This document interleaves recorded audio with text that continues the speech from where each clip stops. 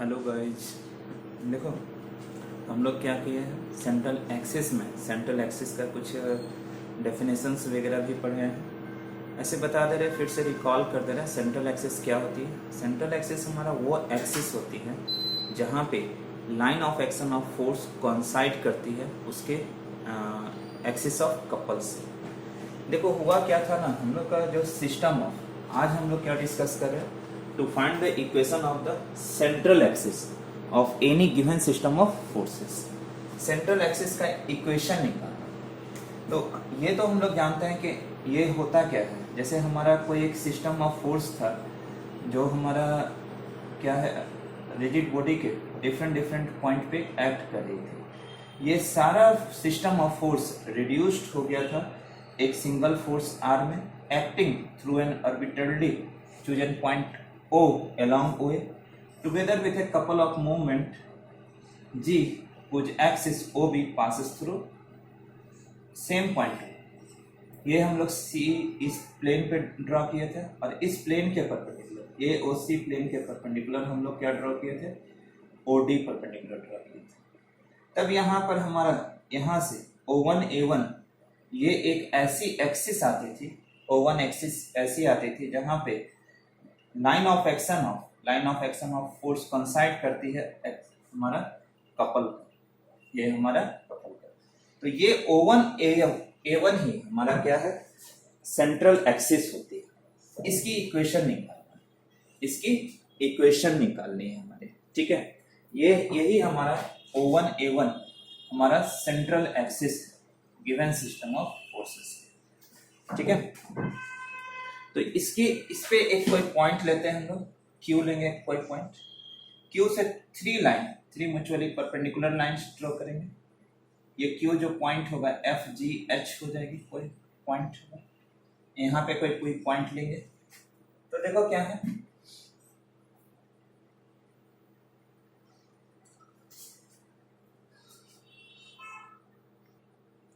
देखो क्या है, we know that any system of forces acting at different points of a rigid body be reduced into a single force are acting along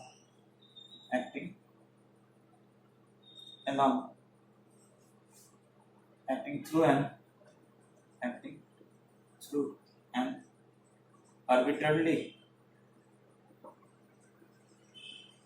chosen point O along OA together with couple of movement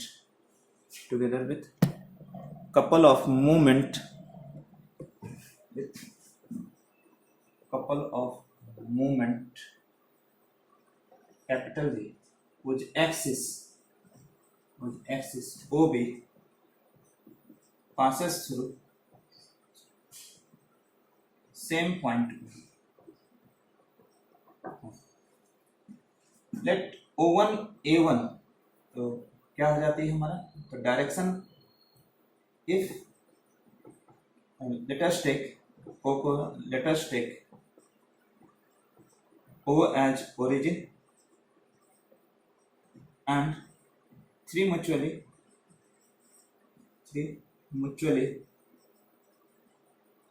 perpendicular lines through O be taken as coordinate axis. O be taken as coordinate axis.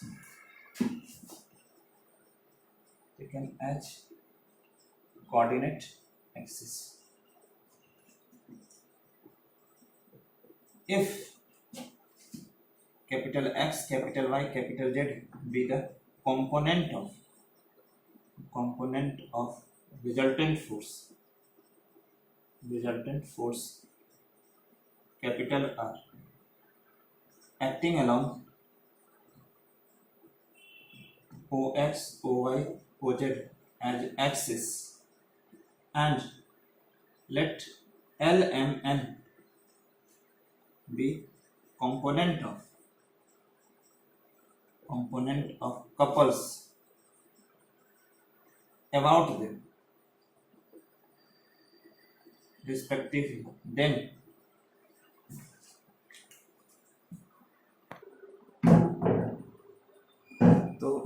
क्या था हमारा? Then we have R square equal to X square plus Y square plus Z square and G square equal to L square plus M square plus N square. ठीक है. The direction cosines of line of action of force R,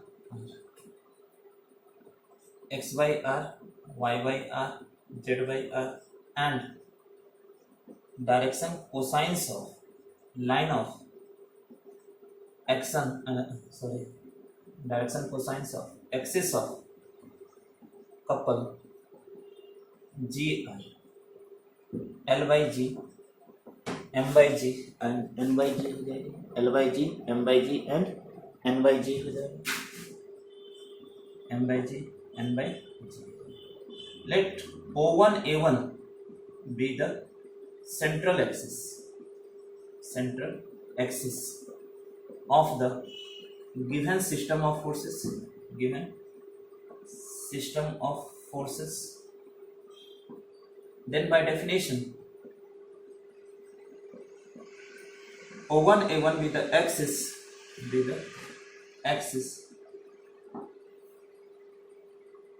where direction of force coincide with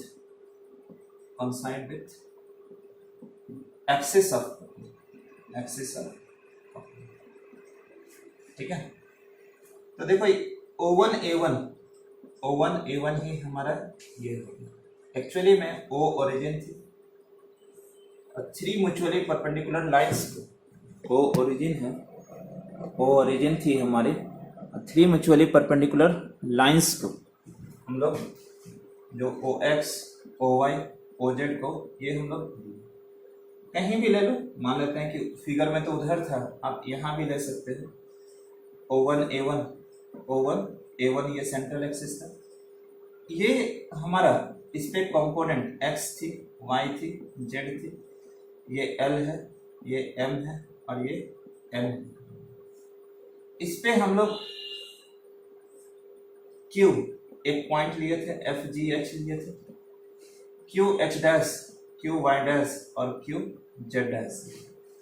तो देखो ये हमारा लिए इसकी का equation निकालते. तो late Q FGH be any point on central axis. ठीक है. let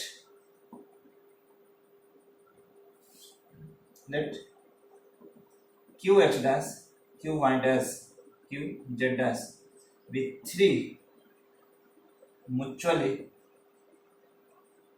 perpendicular lines parallel to OX, OY, OZ respectively. ये हमारा इसके पैरेलल है. देखो इस पे कोई पॉइंट ले लो, कहीं भी कोई पॉइंट ले लो P. इसकी 2 कोऑर्डिनेट होगी, एक कोऑर्डिनेट होगी X, Y, Z और एक कोऑर्डिनेट होगी H dash, Y dash, Z dash.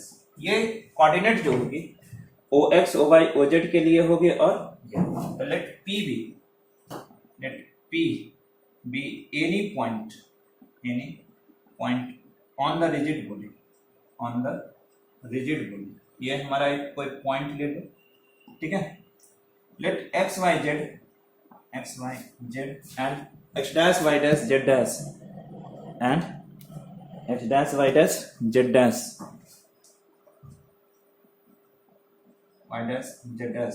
be the coordinates of same point P referred to OX, OY, OZ and QX dash, QY dash, QZ dash as axis respectively. We have क्या हो जाएगी x equal to हमारा यहां से point हो जाती है हमारा, याद करो शिफ्टिंग ऑफ ओरिजिन के लिए। तो इस केस में हमारा x equal to x dash plus f हो जाएगी, y equal to y dash plus g हो जाएगी and z equal to z dash plus h हो जाएगी। तो x dash equal to x minus f, y dash equal to y minus g and z dash equal to z minus h हो जाती है। ठीक है, अब हम लोग देखो नाउ वी फाइंड द यहाँ पे since Q X dash Q Y dash Q Z dash parallel है हमारा यहाँ पे, तो O X O Y O Z के पैरेलल है, तो वहां पे capital X capital Y capital Z change नहीं होगा बट एल एम एन की वैल्यू चेंज होगी। तो now we find the direction ratios of component of couple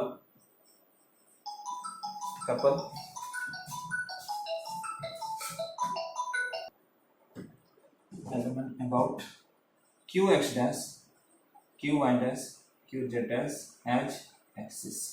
okay, यहां से इसको हम लोग को निकालना पड़ेगा।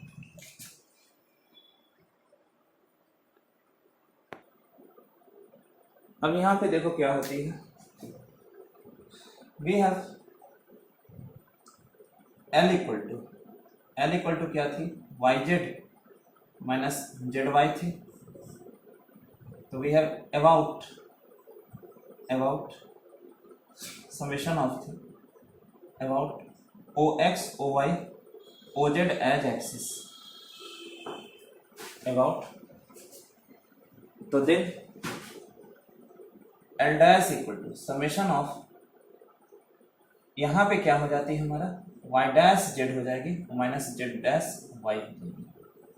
तो यहाँ से y डैश की वैल्यू, तो y डैश की value y minus G into capital Z है। यहाँ से क्या हो जाएगी y डैश की value y minus G into और z डैश की वैल्यू क्या है z minus H into capital y। तो summation of Y Z minus G Z minus Z Y और minus minus plus H Y हो जाएगा। तो ये क्या हो गई summation of Y Z minus Z Y minus G into summation of Z plus H into summation of Y हो जाएगी। तो यहाँ से क्या हो जाती है ये एल हो जाती है माइनस जी जेड हो जाएगी प्लस एच वाई हो जाएगी। फिर एल इक्वल टू क्या होती है L equal to summation of Y Z minus Z Y होती है, X equal to summation of X होती है और Y equal to summation of Y इसी तरह से होती है। अब हम लोग एम डैश की वैल्यू निकालेंगे, ये हम लोग यहाँ से एम डैश निकालेंगे। तो नेक्स्ट एम इक्वल टू क्या होती है X Y minus X sorry Z X minus X Z minus X Z होती है about O X O Y O Z as axis. Then M dash equal to क्या होगा summation of Z dash X minus X dash Z हो जाएगी। तो ये कैसी हो जाएगी जेड डैश की वैल्यू, यहाँ पे जेड डैश की वैल्यू रखनी होगी। तो देखो जेड डैश की वैल्यू क्या है जेड माइनस एच है इंटू एक्स और एक्स डैश की वैल्यू क्या है X minus F into Z. तो Z X minus H X minus X Z plus F Z, X Z minus H summation of X हो जाएगी और F summation of Z. L M है हमारा minus H X plus F Z. Similarly N dash equal to, similarly N dash equal to, ये क्या हो जाएगी हमारा एल एम एन हो जाएगी माइनस एफ एफ वाई हो जाएगी जी एक्स, ये हमारा जी एक्स हो जाएगी। डेफिनेशन से क्या होती है हमारा,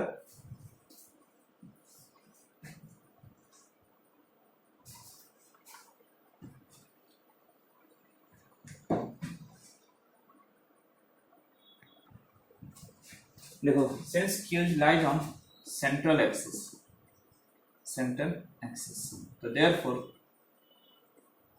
देयरफॉर क्या हो जाएगी, जो therefore component, therefore axis of resultant force coincide with axis of couple, दोनों सेम लाइन हो गए, तो so there direction cosines are proportional to each other, proportional to each other.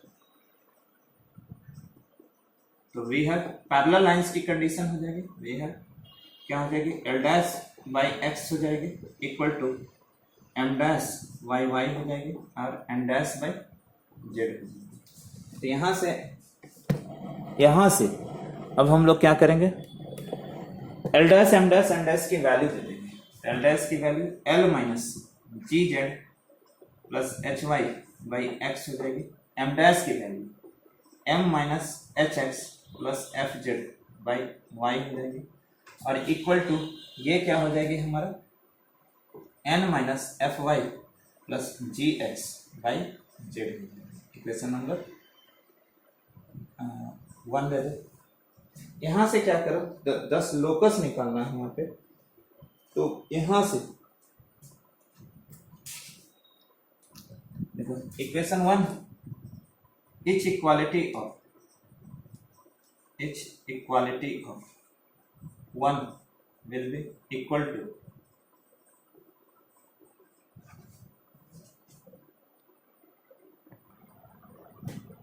तो यहां से क्या हो जाएगा equal to X into L minus G Z plus H Y plus Y into M minus H X plus F Z plus Z into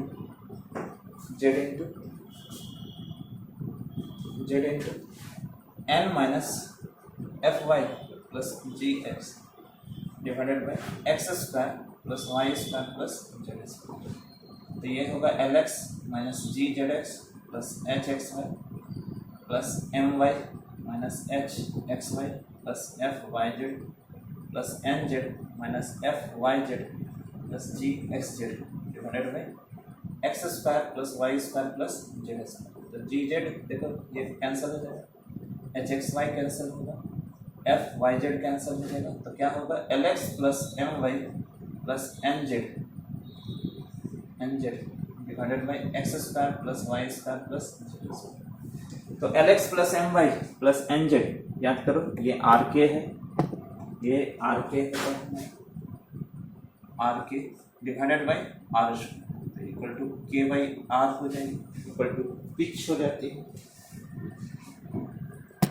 equal to pitch of the screw होती है। तो hence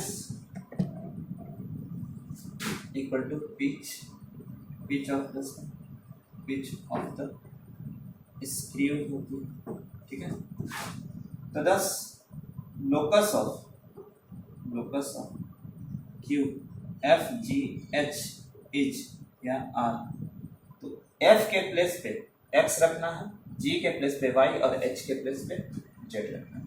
L minus क्या होगा Y Z plus Z Y divided by X, M minus क्या होगा Z X plus X Z divided by Y, N minus X Y plus Y X divided by Z equal to K by R equal to, which is the required equation of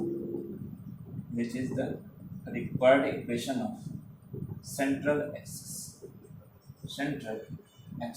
of any system of forces. Complete.